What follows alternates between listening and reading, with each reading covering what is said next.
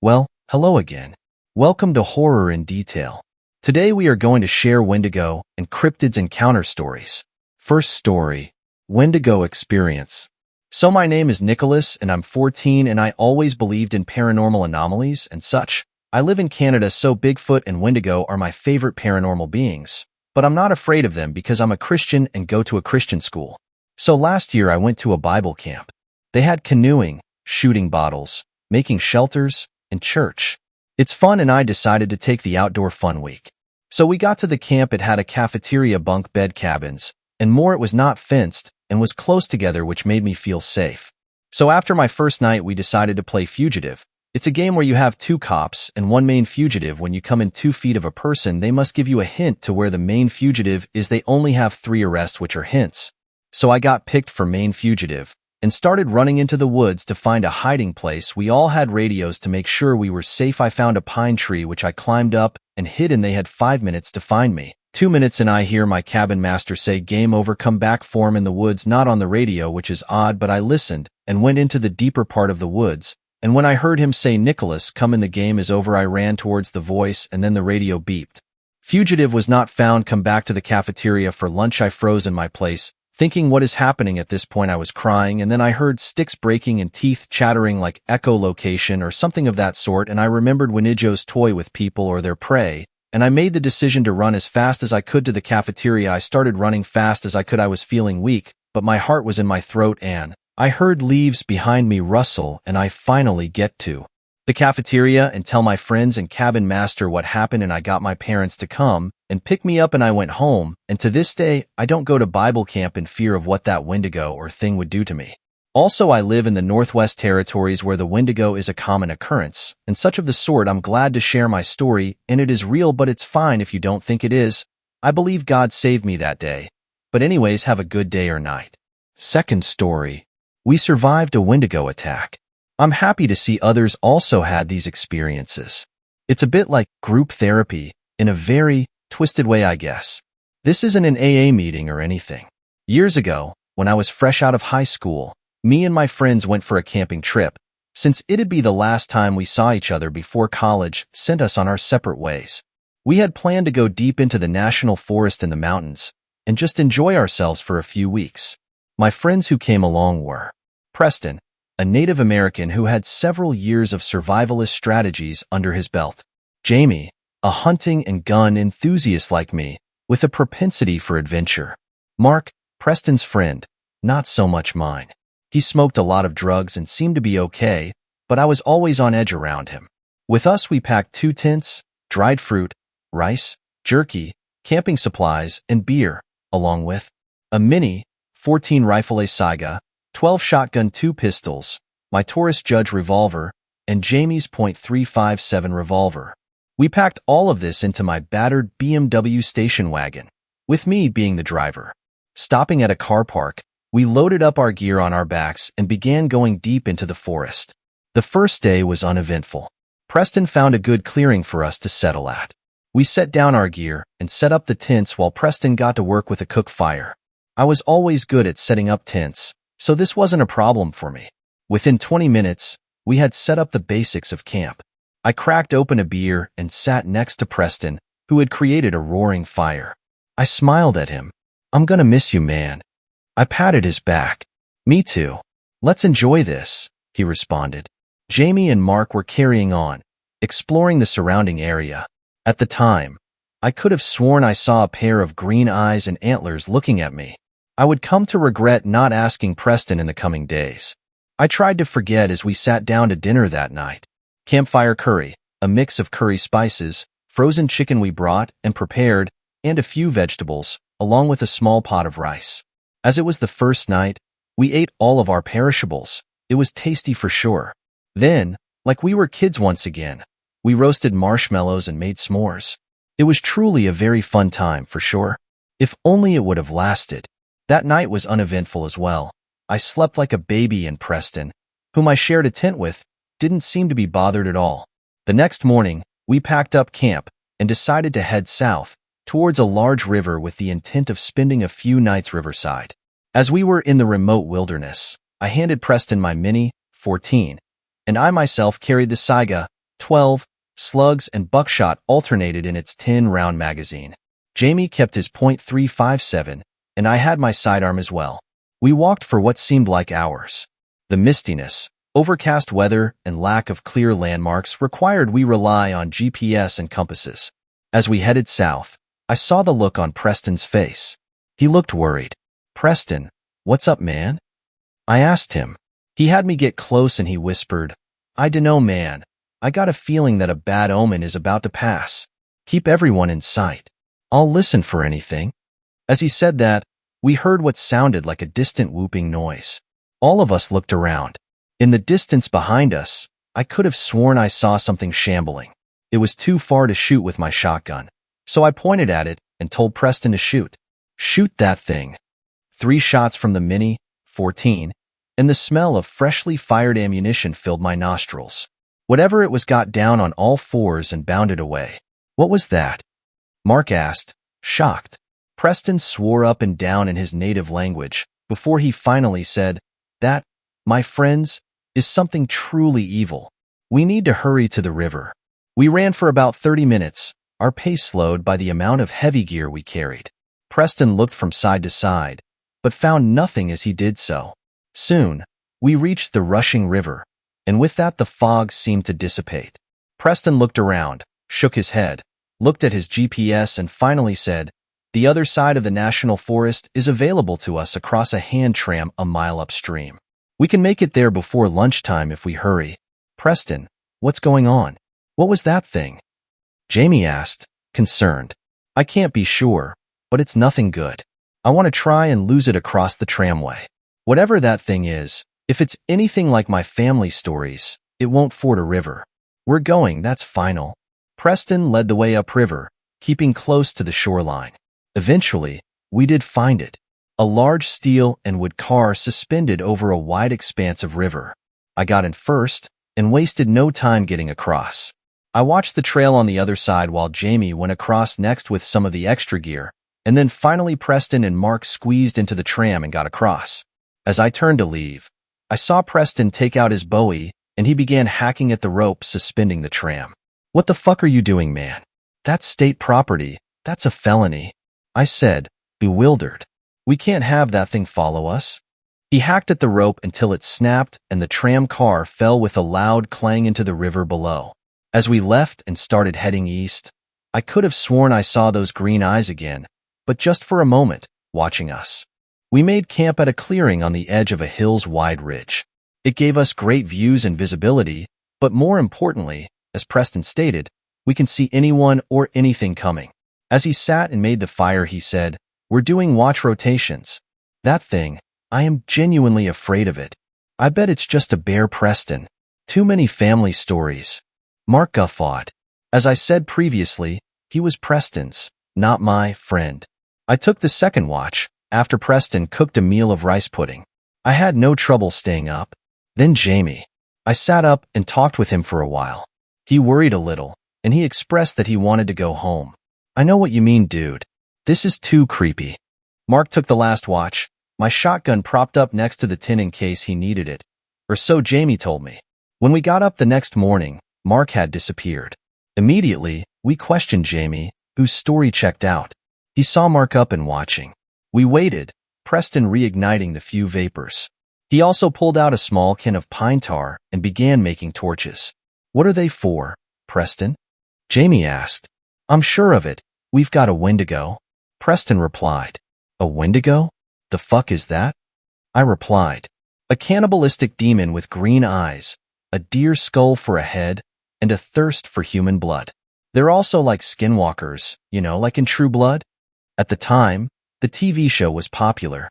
He explained. I became very scared. "So that grabbed Mark and ate him? We'll wait for Mark for a few hours. Keep the guns locked and loaded. Do not let him approach within 200 feet of the campsite. I'm going out for a bit." "You're crazy, Preston," I protested. He whispered in my ear, "When I come back, ask me my favorite sailor. It's Saturn, for the record." He then approached Jamie and told him something that I knew I wasn't supposed to hear. Then he grabbed 2 torches, his knife, and he turned back to us. "Wendigo do not like fire. Keep the fire going. There's plenty of sticks and wood right there for a few hours. I'll be back. Do not forget what I told each of you. If I can't answer it when I come back, shoot me." As he disappeared into the forest, I sat with Jamie, back to back. He had my Saiga. I had my Mini 14. For hours, we heard various sounds in the forest, including those whooping noises, the sound of what sounded like Mark, and what I thought was the sound of a distantly beating drum. By afternoon, we heard rustling in the forest, and none other than Preston returned, dirt smeared on his face, and a makeshift drum under his arm, with one torch left. He stopped short of the campsite when I raised my gun at him. "What's this about, guys?" "It's me, Preston," he said. "What is your favorite Final Fantasy protagonist?" Jamie asked. "Squall, of course." Jamie lowered his gun. "What is your favorite sailor?" I asked slowly and deliberately. "Saturn, of course." "I suppose this means Mark is still missing, yes?" he responded. I lowered my gun and said, "Come on up, dude." And yeah, we heard whooping noises but no sign. Preston averted his gaze. "It's hunting us." I confirmed the tracks, and my little serenade and tribal chants caused it to at one point come and look at me. "How did you get away?" I asked. "I chased it with fire." "They're afraid of it, remember?" he responded. "Do guns harm them?" I asked slowly. "It can injure them, but you really need fire or silver. We only have fire, as usual. We're going to burn one of the tents and drop some gear. We're going light. We're heading to the highway. It's 35 miles to the east, but we can get there over 2 days. But we'll need to double our night rotations. And if you see anything that looks like Mark, he's dead, guys." "I'm sure of it," Preston responded. I was very afraid at this point, the sinking feeling that my idea could have gotten everyone killed. I took charge. "We will do 15 miles today and 20 tomorrow. We will hitch a ride back to the car.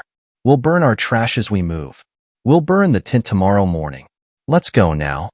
We hastily packed what we could carry and burned much of our non-essentials.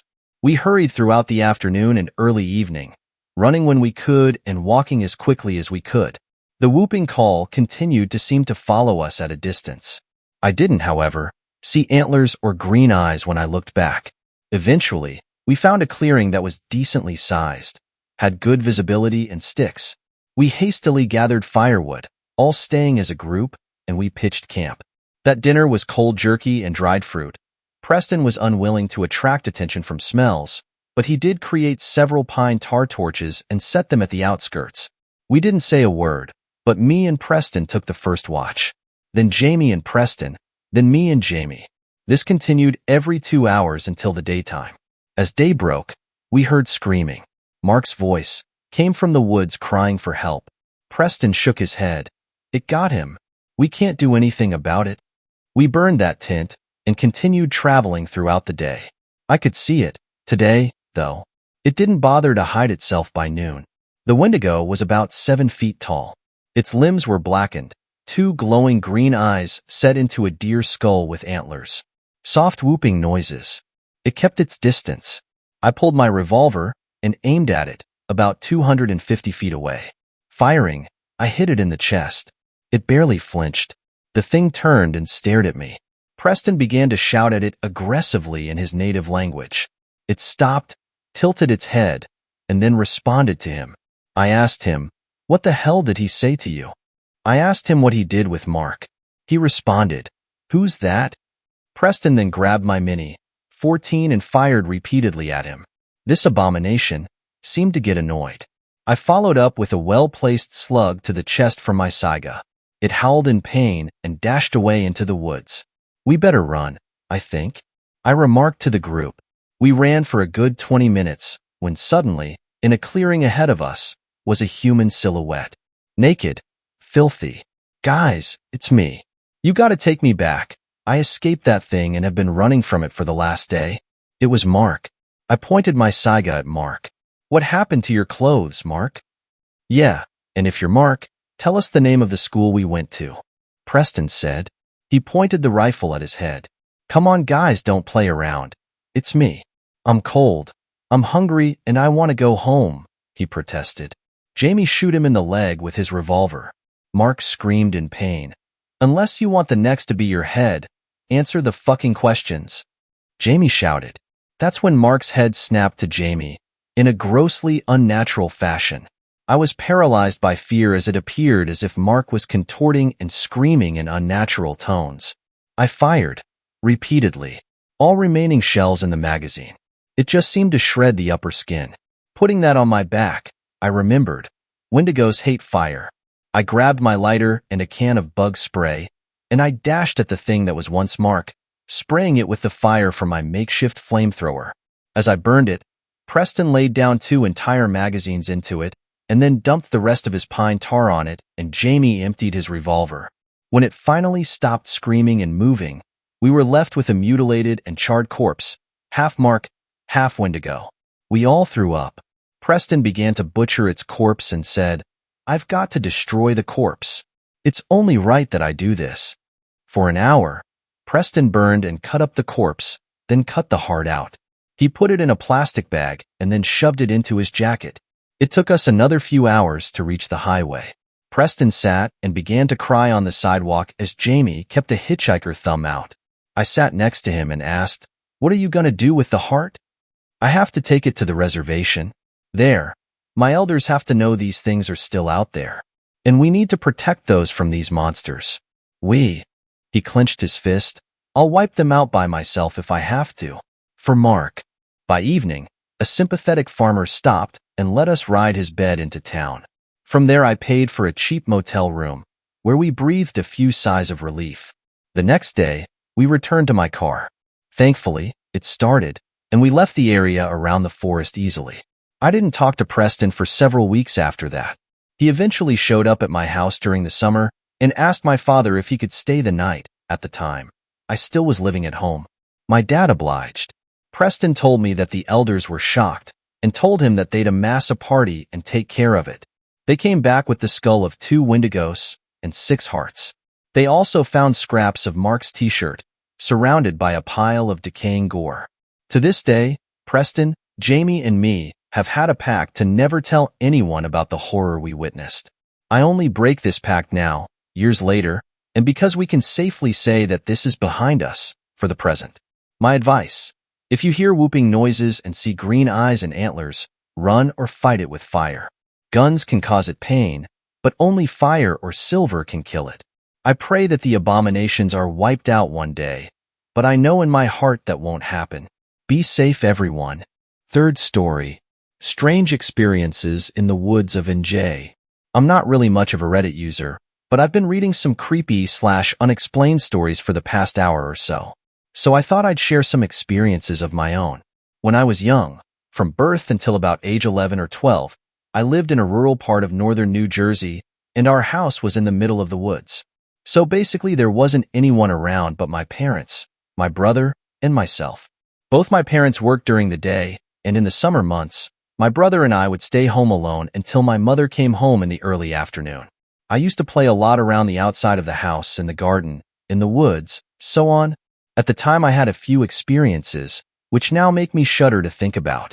Several times I'd be out playing, and I would feel small objects hitting me on the back and my legs. Sometimes I'd see little pebbles on the ground, or they would be caught up in my shirt/jacket. It would weird me out a bit, so I'd just go inside. I wouldn't say it happened regularly, but it happened on more than one occasion. The other strange experience was I was outside, just playing around with sticks and hitting them on rocks and things.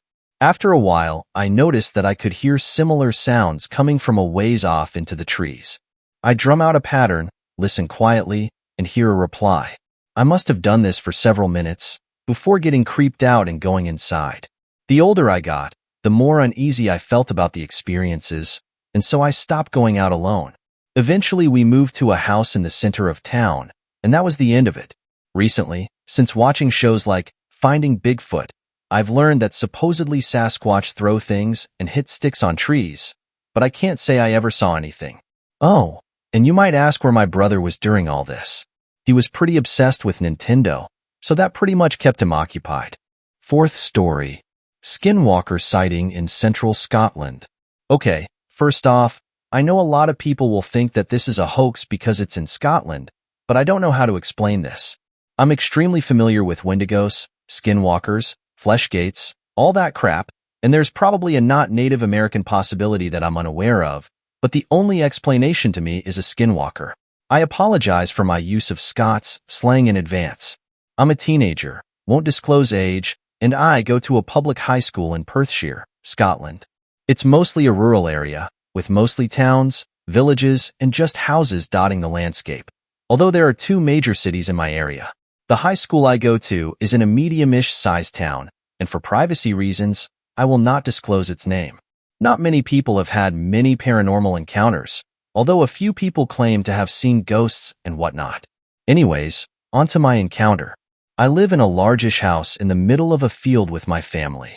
It's not too far from the town I go to school in, but I usually take the bus and just 'cause I'm a lazy git.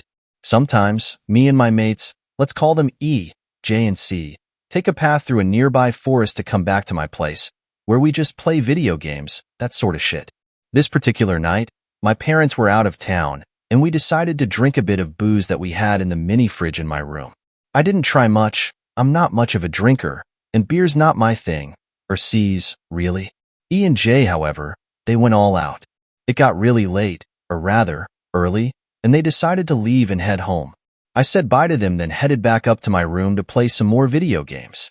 About half an hour later, I heard a loud banging on my door. It was J and E.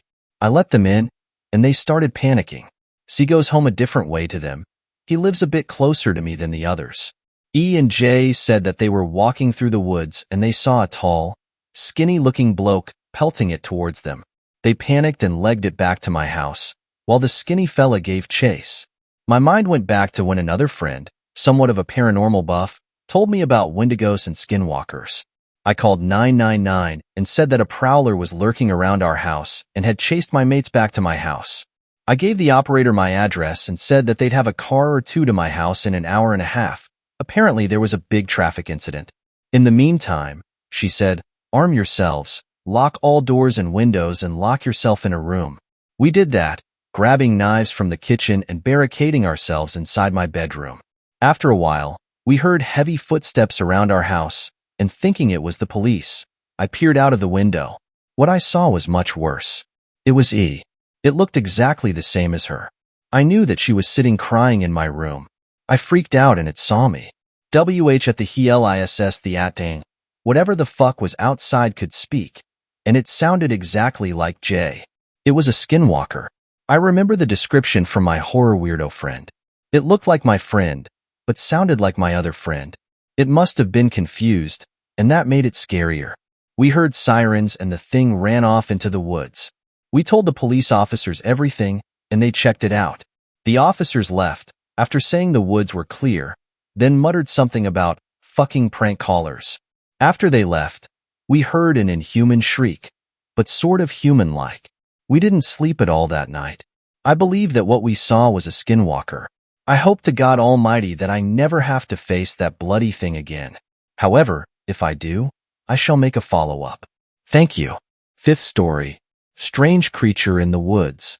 I had gone down to visit my friend at his college in Virginia, U.S. We had hung out on campus until like 3 a.m. and decided to go on a walk. We walked through along a path and wound up in some woods. My friend insisted that this was a shortcut back to campus.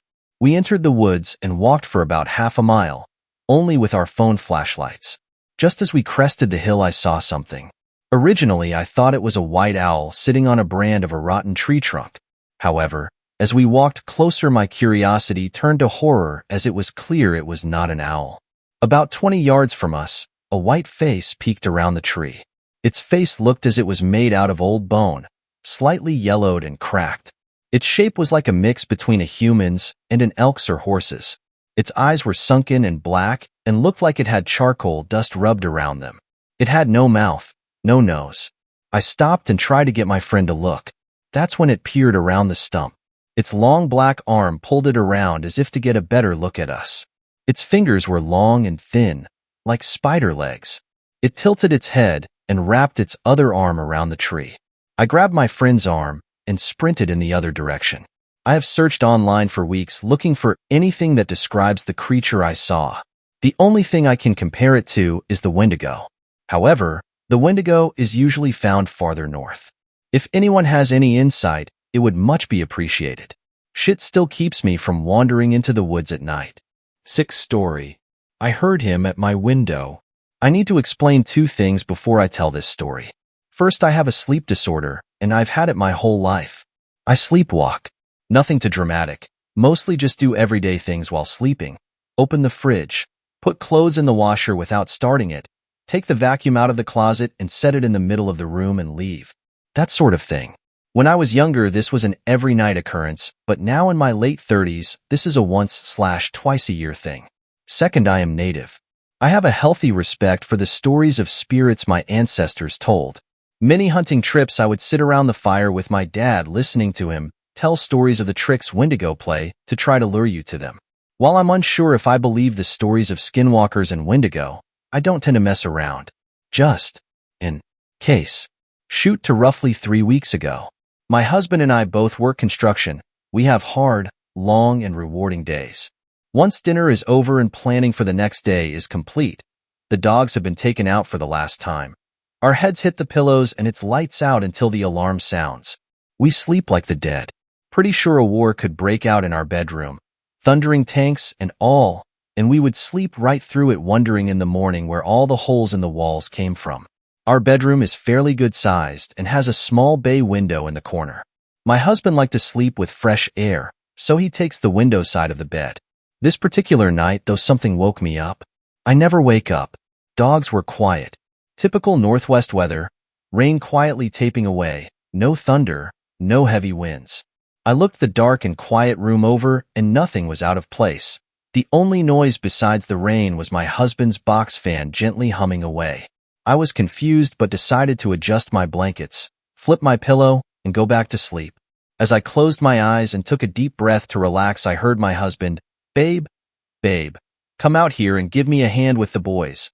Confused and still foggy from being woken from a deep sleep a few seconds earlier, I opened my eyes to the pitch black of the room again. Rarely one of our 3 dogs will need to go out at night, and if one goes, they all will go. We live in an incredibly rural area, and it's easy for them to get lost in the dark woods. Not a good thing when you have bears, coyotes, cougars, and whatever else on your property. "Babe, babe, can you come out here and help me with the boys?" He called again, voice right against the half-open window, not concerned, just demanding. Annoyed and groggy, I leaned up, propping myself up on a stiff pile of blankets to look at the window. It was too dark to see him. The floodlight is on the other side of the house. "Babe, come outside," my husband demanded. It was the third beckon that bothered me. He was never that pushy. If something was wrong, one of the dogs wandered off, he would say that. It's happened before. He would something like, "Come watch these 2 real quick, I can't find Murph," something like that. Something wasn't right. I was regaining my focus and shaking off the sleepies, quite awake at this point. I knew it was him. My husband has a very distinct voice. He's a Sicilian from Queens and has a very deep, unintentionally loud voice. It was at that moment, staring out the black window, I realized I wasn't leaning on a pile of blankets. The pile of blankets was breathing. I was leaning on my sleeping husband, listening to him call to me from outside the window. "Babe, come outside." The voice came again from the window. I put my hand down on my husband's face. He was there, asleep next to me. But his voice, or what I thought was him, was at the window. I laid down next to him, very, very close to him, and closed my eyes very tight. In moments like these, I'm the type to just try and pretend it's not happening. I didn't hear it again and spent the next half of the night trying to fight off the spookies, and had at some point finally fell asleep. I told my husband about it the next morning after his, "Oh my God, you look like death," comment. I hadn't slept well. He laughed it off as I had probably had a creepy sleepwalking thing. Thing is, when I have a sleepwalking event, I remember nothing. I don't recall dreaming, walking, or anything from those nights, no matter how hard I try. It's like a blackout. I am sure I was awake for this. Every time I think of it these past few weeks, I remember those hunting trips, poking coals around in the fire with a stick while my dad tells his serious yet animated tales of Wendigo tricks to get you to come to them. I know it sounds crazy, but I think there's a Wendigo in my woods. Seventh story. I hunted the Wendigo that ate my sister. Last summer, my younger sister went missing on a camping trip with friends. She had just turned 20, and we had started to drift away from each other. I'd gotten busy focusing on my own life. I left the country for a new job. When I came back at Christmas, I found out she had gone missing. It explained why she hadn't been answering my messages. I didn't understand why no one contacted me about her disappearance. The police claimed to not have my new number and didn't have access to her phone. I was certain her friends didn't want me knowing because they had time getting their stories straight. I asked for a leave from work to track down those 4 friends. They all claimed that she had gotten up in the middle of the night to go to the washroom, and no one noticed she hadn't come back until the morning. I didn't buy it. They all said a slightly different location from where they camped that night. None of them gave collaborating details about the campsite. One said they used logs for seats. Another said the entire area was clear. They were lying where they had set up camp, and it caused the search team to be looking in the wrong place. I passed along the information, but since it was still winter, the rangers couldn't search the forest. They promised when the weather got better, they would try looking in other popular camping areas in case the 4 just got confused. Her friends smartened up and refused to speak with me. Threats of lawyers started. I couldn't do anything else but go back to work and wait till spring. I got the call at work that she had been found. Well, parts of her had been found. A man who had been panning for gold found some finger bones in the river. Soon, with more people going into the forest for the season, more pieces started to be discovered. In total, half her skull, some ribs, and the finger bones were discovered. There had been some larger bones that hadn't yet been fully tested to find out if they were hers. It may sound gruesome, but I demanded photos of each piece found. I felt as if the police weren't doing their job. They closed the case saying she had just gotten lost. They claimed the damage to the skull could have happened after death. After I saw a photo of the femur, I doubted that fact. The marrow had been scrapped out. There also were scratches on the bone the police said were made by animals. It did appear to have been gnawed on, but not by sharp teeth. Our parents died when I was 17 and she was 14. When it happened, I promised to take care of her. I failed her.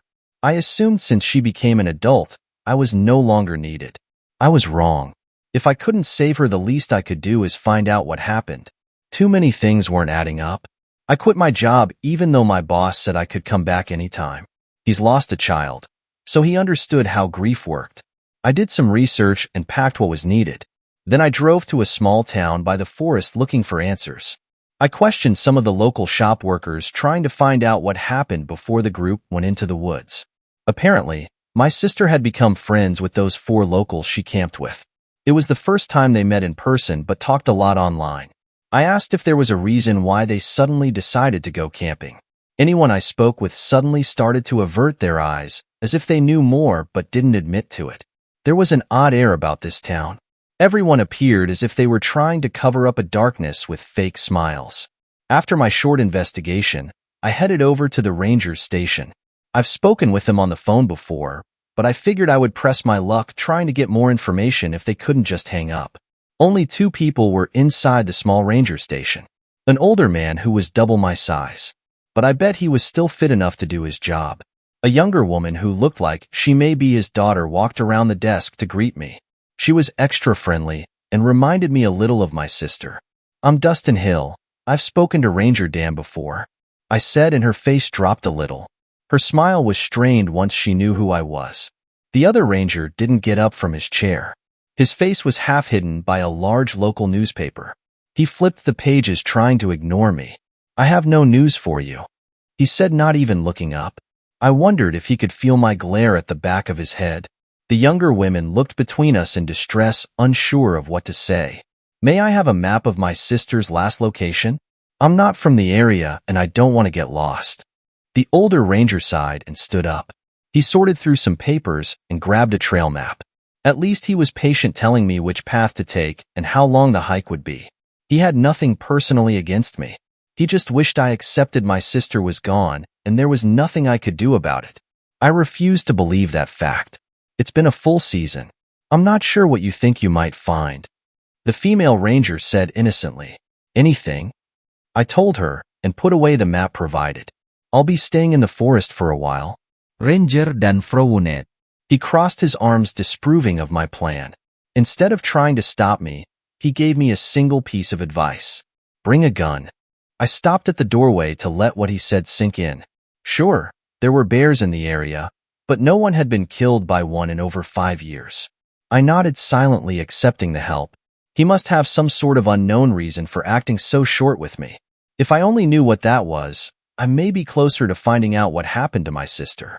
I would discover this town's secrets sooner than I thought. It was too late in the day to start at the campsite. I rented a motel room, planning to set out in the morning. After it got dark, I put on my jacket to go outside for a quick smoke. I've been quitting on and off since my parents died. A figure pacing out by my window was also the reason why I decided to head outside. I startled the female ranger from earlier in the day. She had been trying to work up the courage to knock. She almost left when she saw me. It took her a moment to collect herself. It would be pointless going to that campsite. She told me. It is because my sister was never there? I asked her. Her lips tightened, showing that was the truth. She chewed on the inside of her cheek, not wanting to continue speaking. Yes, I hated lying. Where they really went is complicated. I don't think taking a hike is overly complicated. Tell me. I pressed after I lit a cigarette. My voice had grown cold after my sister died. I only cared about finding out the cause and nothing more. I think my harsher demeanor unnerved a lot of people. They went to Rosethorn Cabin. It's a local legend around here. She started. My sister had always liked ghost stories and urban legends. She didn't know what she wanted to do as a career yet. The last I heard, she held down a few part-time jobs while trying to figure out the rest of her life. Had she come here because she wanted to write about legends? She had always been good at writing. 10 years ago, the 2 children of the mayor went to their cabin late in the season. A massive snowstorm hit. From what I heard, there was a misunderstanding where they were staying. It was a month before anyone figured out they were stranded in the cabin. When a small rescue team arrived, they found the son in good health, but the daughter was nowhere to be found. She let the implications sink in. It was a tragedy that didn't need to happen. But what does the death of a girl 10 years ago have to do with my sister? So? No offense, but I don't care what happened to them, I harshly said. After what happened, the mayor tried to pay people to keep quiet. The son went back into the woods to live in the cabin. Some people say it was to get away from people accusing him of a crime, but others claim something else. That he, became a Wendigo. She almost looked embarrassed saying the word. I've heard about them in passing. I wasn't into myths as much as my sister. All I knew about them was that you could become one if you ate human flesh. And for some odd reason, they had antlers and a lot of images people made of them. Why do they think that beyond the suggestion he ate his sister to stay alive? Did he start acting weird? Did he look weird? I questioned. He disappeared from the cabin after the first winter. People claim to see a pale, thin, wild man living in the woods. A few campers have gone missing only to have their bones to be found, but with the marrow gone, as if something had eaten it. She paused to rub her arms as if she had gotten a chill. She also started looking around, expecting someone to be listening to our conversation. I didn't believe in the whole Wendigo idea, but I would consider the Rosethorn son to have gone insane. She pulled out some papers from her back pocket and held them out for me to take. I'm sorry about your sister. Her death should not have happened. The mayor has since become a powerful politician. He's done everything in his power to ensure it's not well known that his son might be living in the woods killing and eating people. Even if you find evidence that proves your sister was murdered by our local Wendigo, you may never be able to get the truth out there. Still, I made you a map of how to get to the cabin. I hope you find what you're looking for. I thanked her for the help, truly glad someone in this town was willing to tell me the truth. She soon left, not wanting to be caught. People of this town thought there was a monster in the woods. They had been tight-lipped for my safety.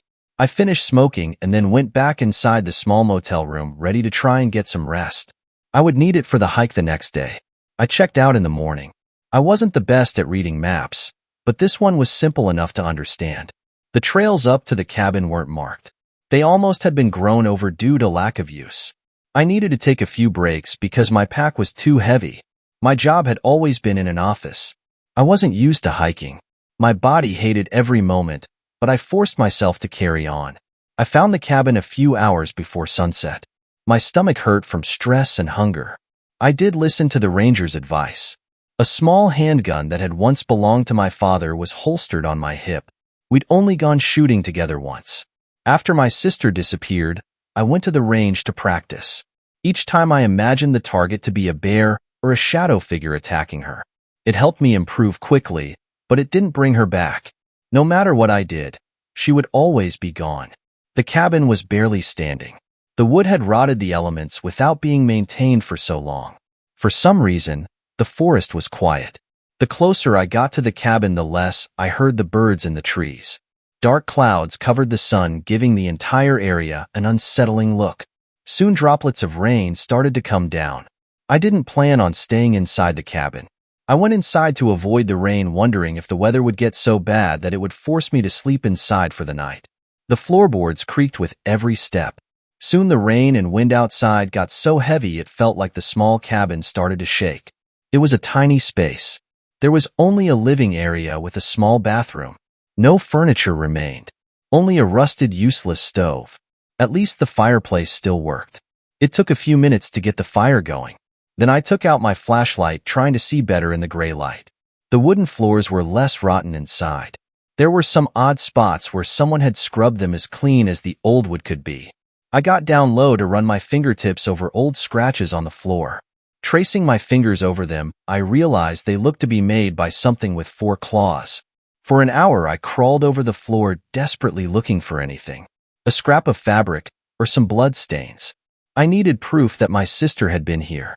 Just before I gave up, my light caught something between the cracks of the floorboards. I used my Swiss Army knife and carefully lifted the small object out from between the 2 boards. When it was in my hand, my heart nearly stopped from pain. I held a small silver letter charm. When my sister graduated, I bought her a bracelet that you could add charms to. The first one was an L for Lexi. She hated going by Alex, but as a big brother, I used her full name to annoy her. I gave her the bracelet to apologize for not respecting her name and promised to be better. I expected to get emotional finding something of hers. I'd been almost numb since I heard about her disappearance. Even thinking her name almost felt to be too much. But now, I only felt a deep heat inside my chest. The charm was put away somewhere safe. I didn't care if whatever was in the woods was a Wendigo or a guy who just lost it. I was going to kill him. The storm outside picked up. At some points, the thunder and wind made the entire building tremble. I didn't want to be inside if the roof came down, but I wouldn't be able to see if I went outside. My stomach was too stressed for dinner. For hours, I sat facing the door with a blanket to try and keep away the early spring chill. I planned to stay out here for as long as my food held out for. I didn't need to wait that long. When the storm started to die down, an odd smell came into the air. I buried my nose in the blanket, trying to avoid it.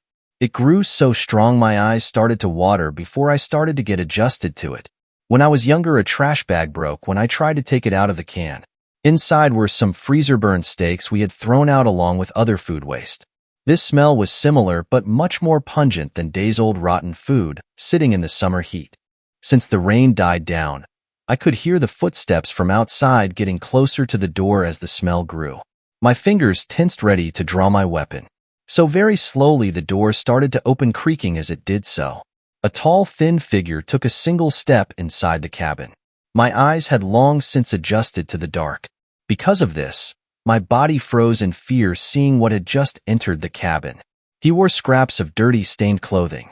The lips were torn away, revealing pale gums. This person had no muscle mass and looked to be a walking skeleton with a thin layer of skin clinging to their bones. Long, dirty fingernails gave the bony hands a dangerous appearance. For a moment, the eyes appeared to glow white, causing my heart to skip a few beats. When it met my eyes, it smiled and inhaled a rancid breath. I snapped out of my trace. Within a second, I threw off the blanket and started firing. Even in the dark, I should have hit him at such a close distance. I lost count of how many times I pulled the trigger. Dark blood that appeared black poured from 3 bullet wounds on its chest, and yet those long legs covered the distance between us, showing not an ounce of pain. It fell on me. I kicked, threw punches, and did everything I could to get that vile creature away. To my horror, it started laughing. My arms were pinned down by strength it should not possess.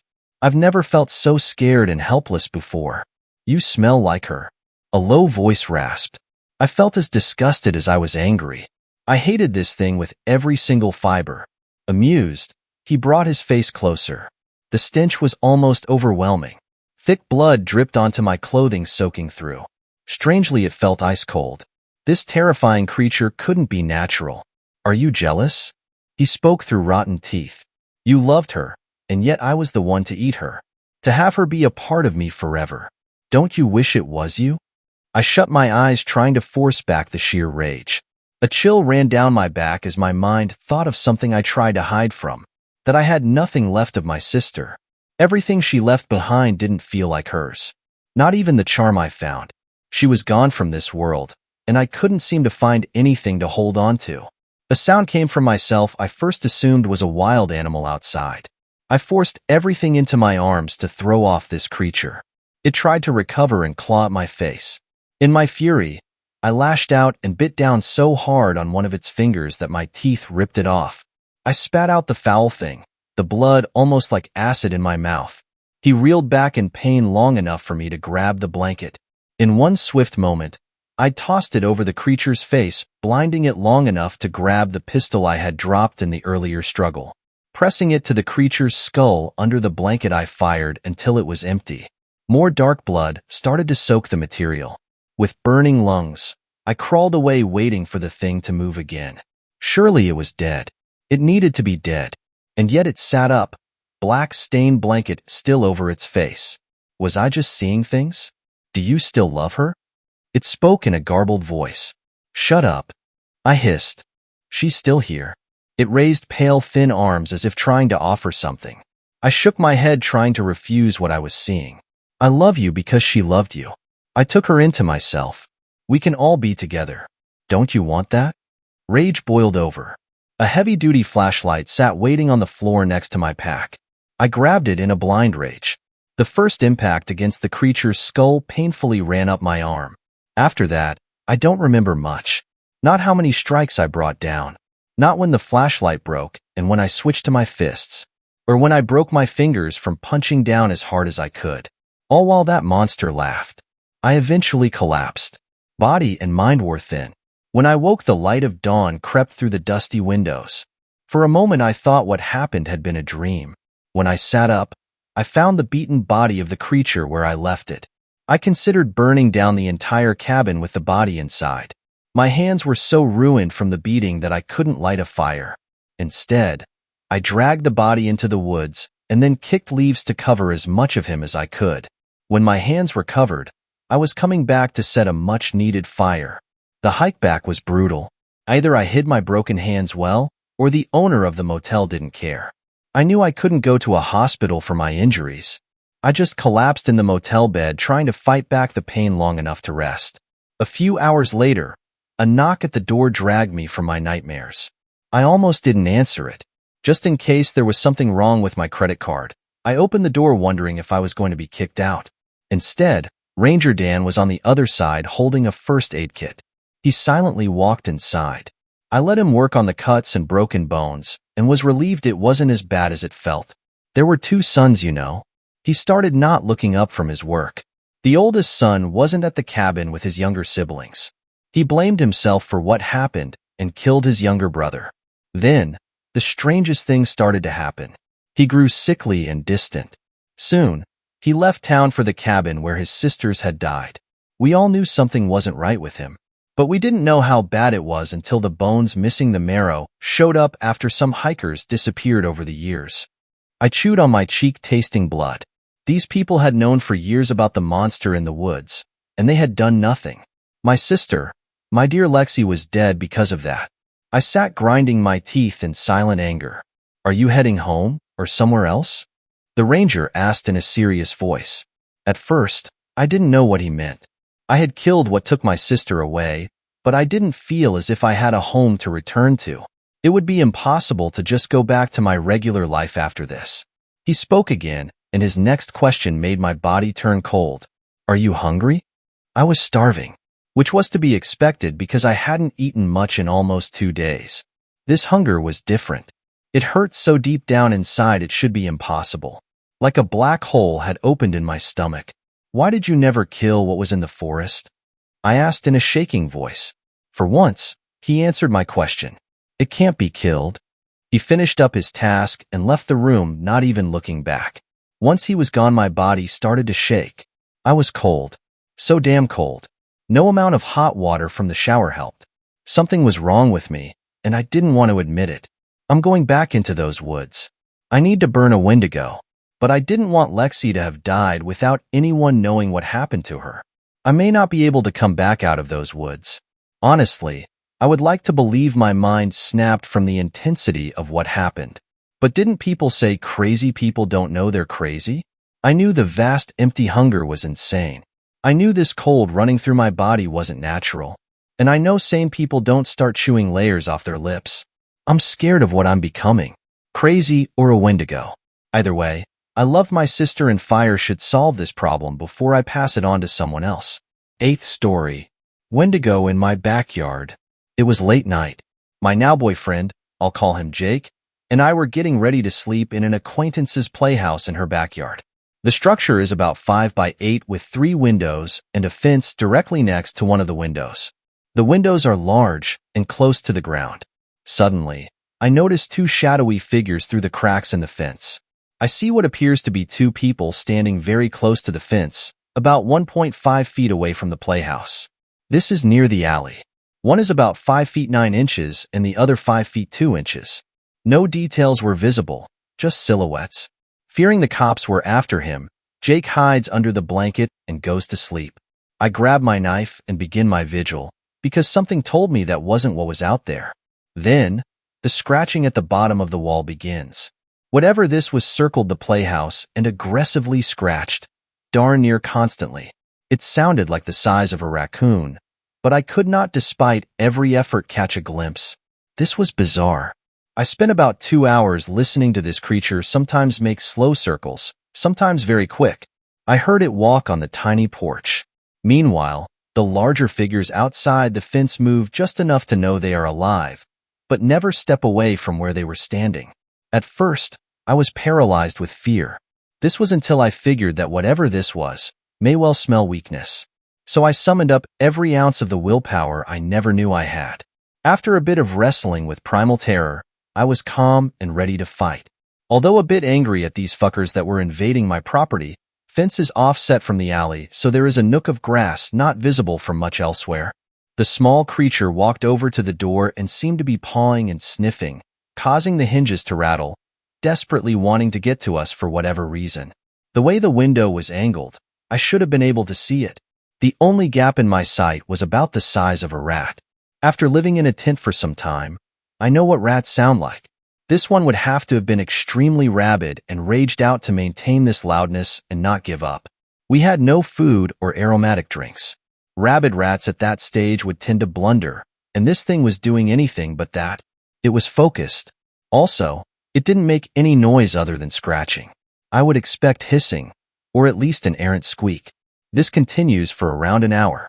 Sometimes I move around and look out at weird angles trying to determine what the hell this is. Jake, lucky enough he is a heavy sleeper and was under a lot of blankets, so didn't wake up. Later, the sounds got steadily louder and started expanding, for lack of a better word. That crescendoed in aggressive scratching completely surrounding the playhouse, all the walls and roof, for more points than I could count. Still able to see nothing. My psyche was on fire, but not with fear somehow. I accepted death. I became euphoric for a few minutes as I figured I should enjoy my last time on Earth. The blazing joy faded, but I remained calm and happy. The scratching calmed down, and after about half an hour, it petered out. The figures outside the fence were gone, but they hadn't been for long. I didn't see them leave because I was probably watching out one of the other windows. I woke up Jake because I wanted the help of a man to be on alert and defensive, because I thought they hadn't gone far yet. We had been good friends for a couple years. At that time, him and I had been growing closer romantically, but only for a bit more than a week. I swallowed my pride because now or never was the time for the truth, and said, "I love you." He said it back, and I was so relieved and happy. I racked my brain, and neither him nor I can think of any logical explanation other than a creature not yet known to science. He heard the scratching before he fell asleep, but at that point it wasn't alarming. He agreed that it was about 4 hours from when he fell asleep to when he woke up. The scratching never ceased for more than a minute or two during that time. On another night when he was camping with his friend, he heard aggressive, loud, and unexplainable noises of a much more dramatic nature. But this is a story for another time. Suffice to say, we believe there are cunning, hungry beasts with vocal, athletic, and sensory capabilities beyond imagination. These and other errant bizarre sounds remind us of stories of Wendigos. I dread to think, but the figures outside the fence I could have just been one. The shorter one being the hind legs and the taller one being the front. The top of the figures were in shadow. If that is the case, could have been throwing its voice and creating the scratching noises itself. 3 creatures or one. Theoretically, it could have been a rabid rat that just happened against all odds to stay out of sight, and I went into psychosis when I heard it all around me. But neither I nor my family has any history of hallucinations. I believe that I remain too composed to imagine such a thing.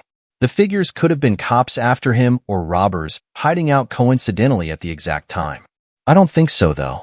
Thank God these creatures sensed that we were not to be trifled with and wouldn't go down without a fight. I used to be a scaredy cat about every noise at night. My mindset towards this and life in general has improved since then, because I realize I am capable of much more mental strength than I believed. 9th story. Something's watching me in the woods. Before I begin the encounter, I would like to provide backstory. I live in Pennsylvania, and during this particular encounter I was at my aunt's. She has 3 kids and her house is about 3 to 5 miles down a remote dirt road off of a highway through the rural area. She is approximately 25 minutes away from a store and 35 away from police. And before I start, understand that I do not usually believe in supernatural things. It was about 2 to 4 months ago. I was at my aunt's for a birthday party. Got there at around 2 p.m., and by 7 p.m. we were ready to leave. My cousins, her kids, asked if I would stay over because they don't see me very often. I agreed, as I also would enjoy time with them. So, after the party, and after everyone had left, it was my aunt, her 3 kids, and her husband and I. My aunt and uncle went to bed at around 9:30 to 10 p.m. I stayed up with the youngest cousin, who we will call Amy. Amy and I were in the living room watching some Criminal Minds, up until around 11 p.m. She decided to go to bed, and I stayed up watching the show. Mind you, it is now pitch black outside and I am in the middle of the woods. For this factor, they had motion-activated lights outside. As I was watching television on the couch, which was against the window, I noticed that the light outside turns on. My heart is beating seeing as it's the middle of the woods and people should not be around the house. I looked out, and it luckily was just a deer about 20 to 30 feet out by the tree line. Since it was only a deer, I went back to watching my show. Of course, the deer was cute. Nothing to be worried about, right? 5 minutes pass by, and the light shuts off. Still watching Criminal Minds, I gather my blankets and pillows to get ready for bed as I was sleeping in the living room that night. As I'm setting the pillows on the couch and laying the blanket down, a sudden bright flash startled me. It's the motion-activated light outside of the living room window. Before I even looked, I thought to myself that it was just the deer again. However, I looked out again reluctantly, but there was nothing there. At this point, it was 11:45, almost midnight, and I'm yawning. I go back to organizing my sleep space, and not even 30 seconds later I hear something clank the window that I had just observed out of. Once again I turn to check out what the hell just hit the window, and what I saw, I can't even explain rationally. Off to the side by the tree in the yard was the deer again. However, it wasn't the same deer. It looked deformed, almost malnourished, stomach extremely sunken in, and barely any fat on the animal. It just stood there, looking straight at me. It felt like it was staring into my soul almost. This deer, if it could even be called a deer, made me feel extremely unsettled, and I did not feel safe. What I saw next made my stomach sink to my feet. The malnourished deer that made me feel such a foreboding and disturbed feeling contorted and ran off, on 2 legs. 2. It went into the woods, out of my sight. By this time, I'm absolutely freaking out. My heart is racing, and I'm the only one awake. I immediately closed the curtains, ran to make sure the doors were locked, and I sat away from the window. Trying to process what I had just seen was troubling. No matter how much I thought about it, I could not rationalize what I saw. This deer, literally skin and bone, contorted and folded in ways that are not even capable with normal joint function. The way it ran off on two legs, the way it stared at me before all of it happened. I don't understand it. I did not sleep that night. I ended up going to my aunt's bedroom, telling her what I had seen. She did not believe me and told me, "You're just tired, so you're seeing things." I can tell you, with 100% certainty, that I saw what I saw. After that night, I refused to stay at my aunt's anymore. And if we would go there for a party, we made sure we left before dusk. I've heard other stories from locals in the area from when they were hunting. I remember one mentioning a tribe or cult that lived in the area off the beaten path. Maybe it was one of them and I just was tired. Maybe not. If anyone has had anything similar, please let me know. I feel crazy because I haven't found anything similar, and I can't even talk about it to people because they will think I'm on drugs. 10th story. I'll never go hunting again. I am a bow hunter, and I like to still hunt, which is when you dress in full camo and walk through the woods rather than sit in a tree stand. Last October, I was coming down a hill into a marshy area. It was kinda late, and enough so that the side of the mountain was covered in shadows. I live in PA where our mountains are completely covered in trees, and it gets dark fast. When I get to the bottom of the hill, I noticed that it was completely silent, no sounds at all, and I felt the hairs stand on my arms. But I've been creeped out before in the woods, so it wasn't too big of a deal. I kept on. I've been hunting in this general area before, but I've never went down this hill. I continued creeping through the woods. Mind you, I am walking very slow, so you can barely hear my footsteps because deer are hard to sneak up on. And then I hear a voice call out for me from behind a thicket of small trees. "Help! My name! Come over here! I'm in trouble! Help!" And I swear to God it was my brother's voice, but my brother lives in Nevada, so it couldn't be my brother, and it said my name. It only took me a second to realize something wasn't right, and when I did, I ran faster than I ever have in my life. Only my dad knew where I was hunting that day, and the area is huge. No one would have found me there, and he is too old to have played any tricks on me. But something out there knew my name, and it sounded just like my brother. I don't know the hell that was, but I don't think I'll ever be going back to the woods again.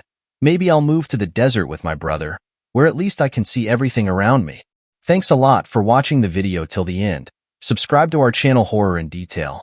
Drop your opinions/suggestions in the comments section, and like the video as it helps with the YouTube algorithm.